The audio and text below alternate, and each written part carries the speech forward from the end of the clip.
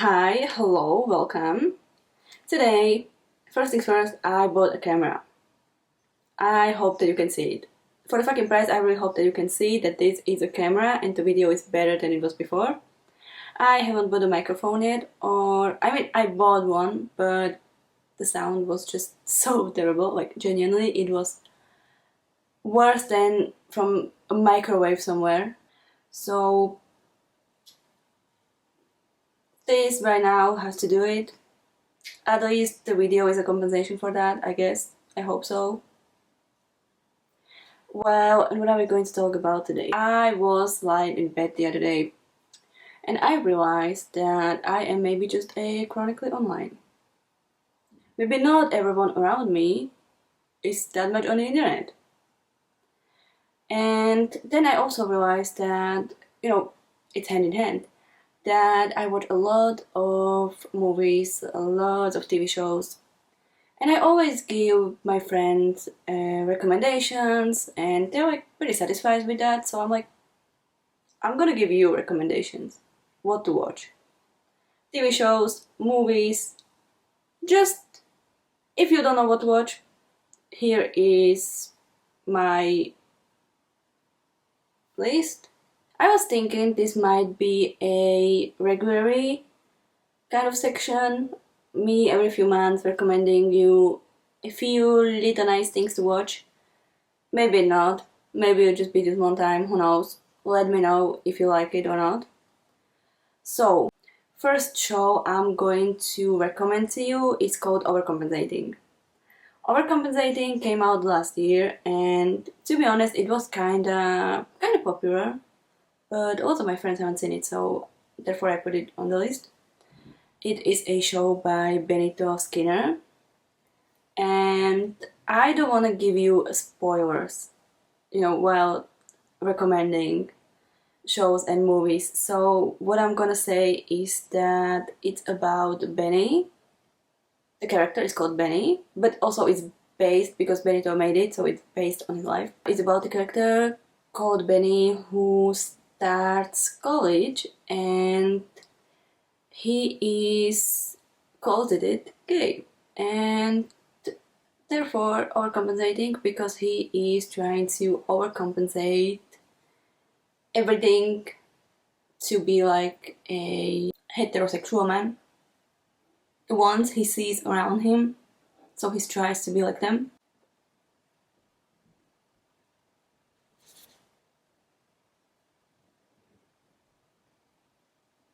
Second thing I am recommending is called Skam. Skam is... it's literally 10 years old.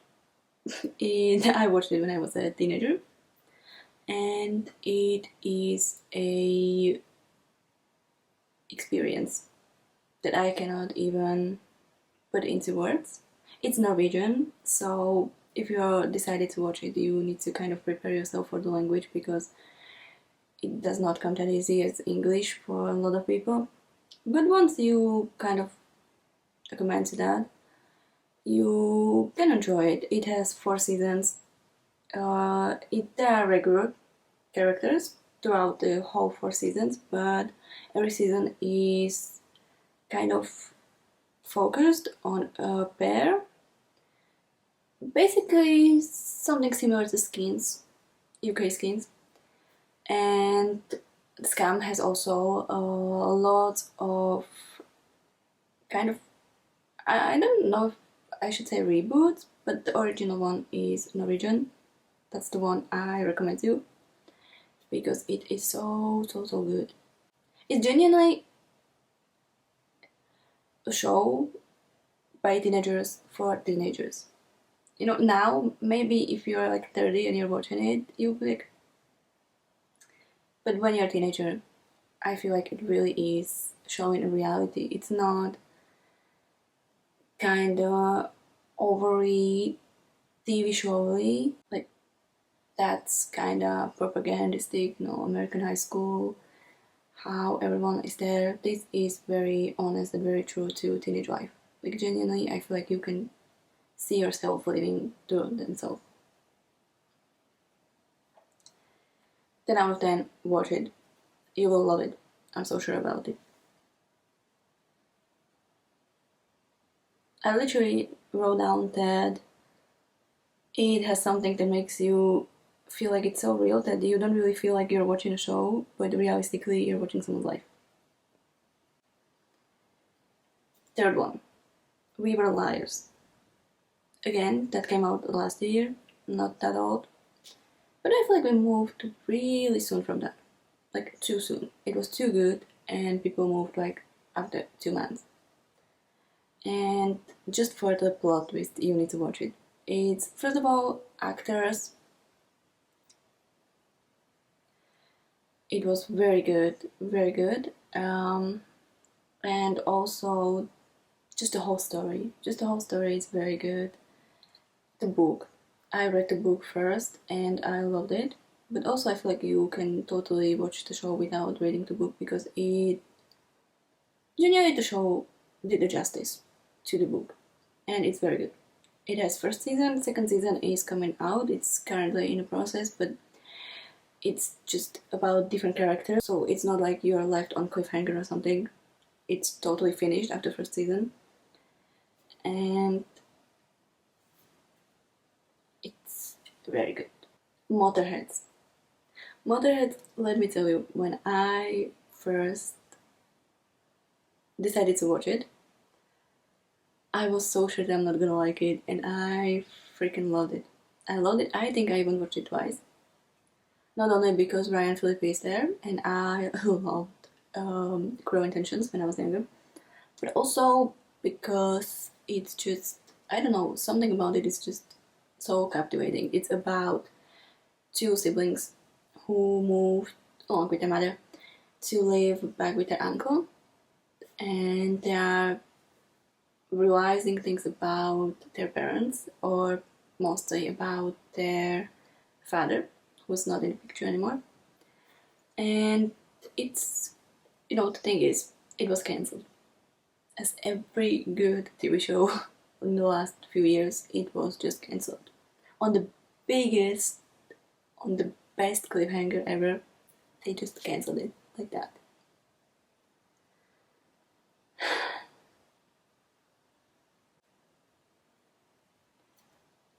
But it's worth it still. It's still worth it if you're ready, but I'm just warning you, it ends on cliffhanger, but it's still very worth it to watch it.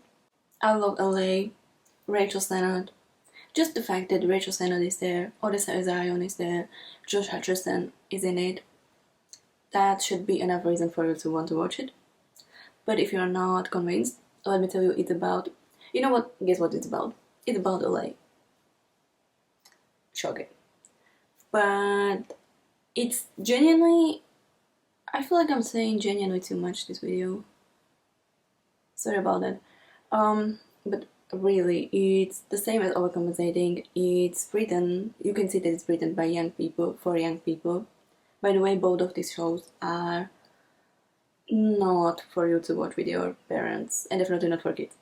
Just a warning there, because I made a mistake. I watched it a little bit with my mom, and it was like... It follows Rachel Sennett's character trying to navigate this LA life, and they are working on, at least I heard, another season. So, but it's still worth watching the first one. You don't need to wait for a second season.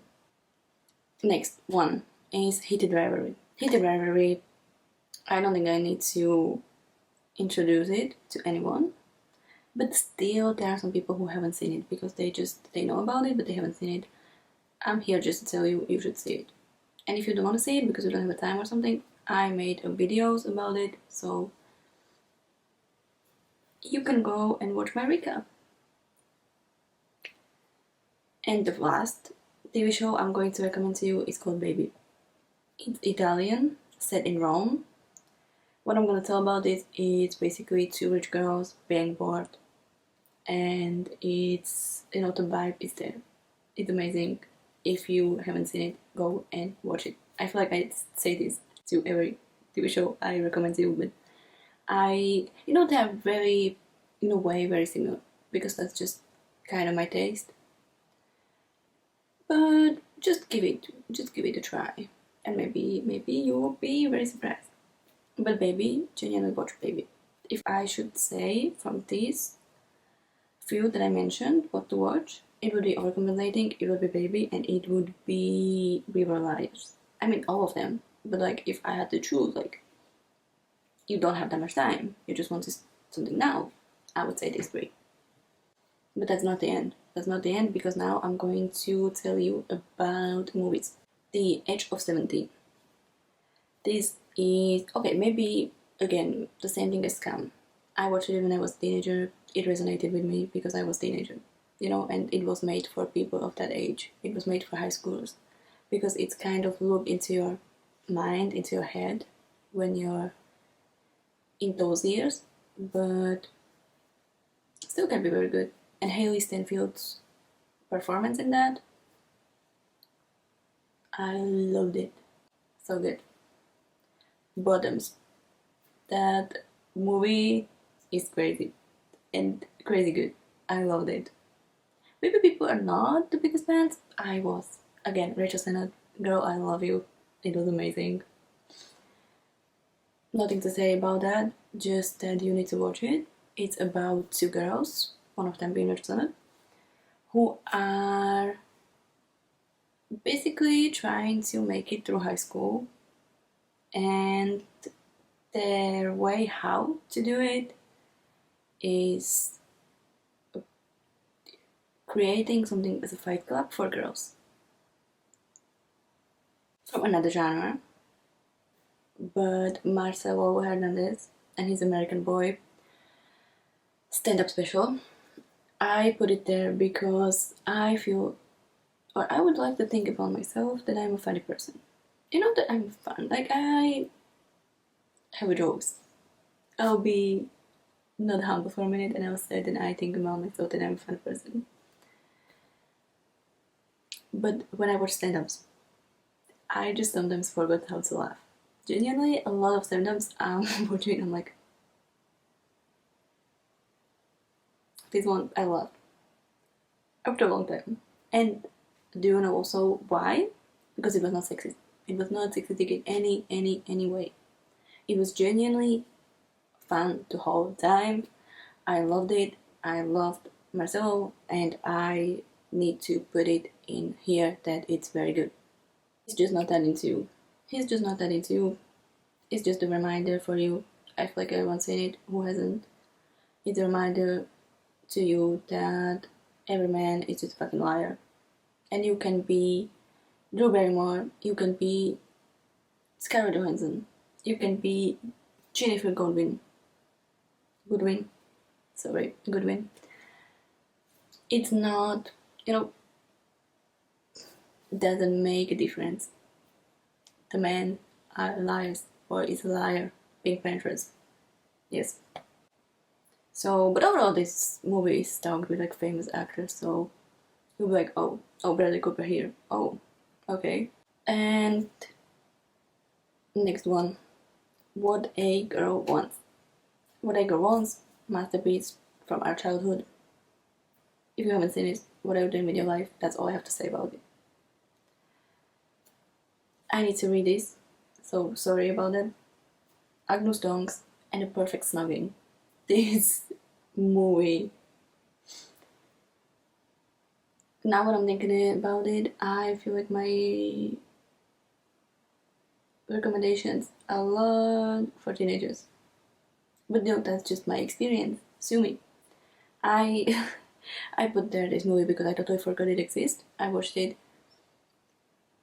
maybe a month ago, and I realized that's it. That's the vibe of 2000s comedies, rom-coms, teenage rom-coms, that we just so desperately want to have back. It gives me the Wild Child vibes, the movie Wild Child with Emma Roberts, Aaron Taylor Johnson being in there, young Aaron Taylor Johnson. 6 out of 3 out of 10 on IMDb. But that's because people can just appreciate the vibe. I can appreciate the vibe, and you should too, because it is just like something into the background Where do you want to watch? Loved it. And you know what I watched the other day and I really liked it, but also I was like, my girl is fucking psycho. My best friend's wedding with Julia Roberts. If my girl wasn't so pretty, she would be on psychiatry. I'm not even joking. That's all I'm gonna say about it. It's pretty self-explanatory. I feel like this is all I have to say. Because it's just basically me giving you recommendations. Like, you don't need me to recap it too. Genuinely, I just needed to say what I needed to say. That's it. Hopefully you will enjoy them. If you're gonna watch them, come back to this video and put into the comment if you liked it or not, and if this should be a regular section or not. And that's it. I loved it. Bye.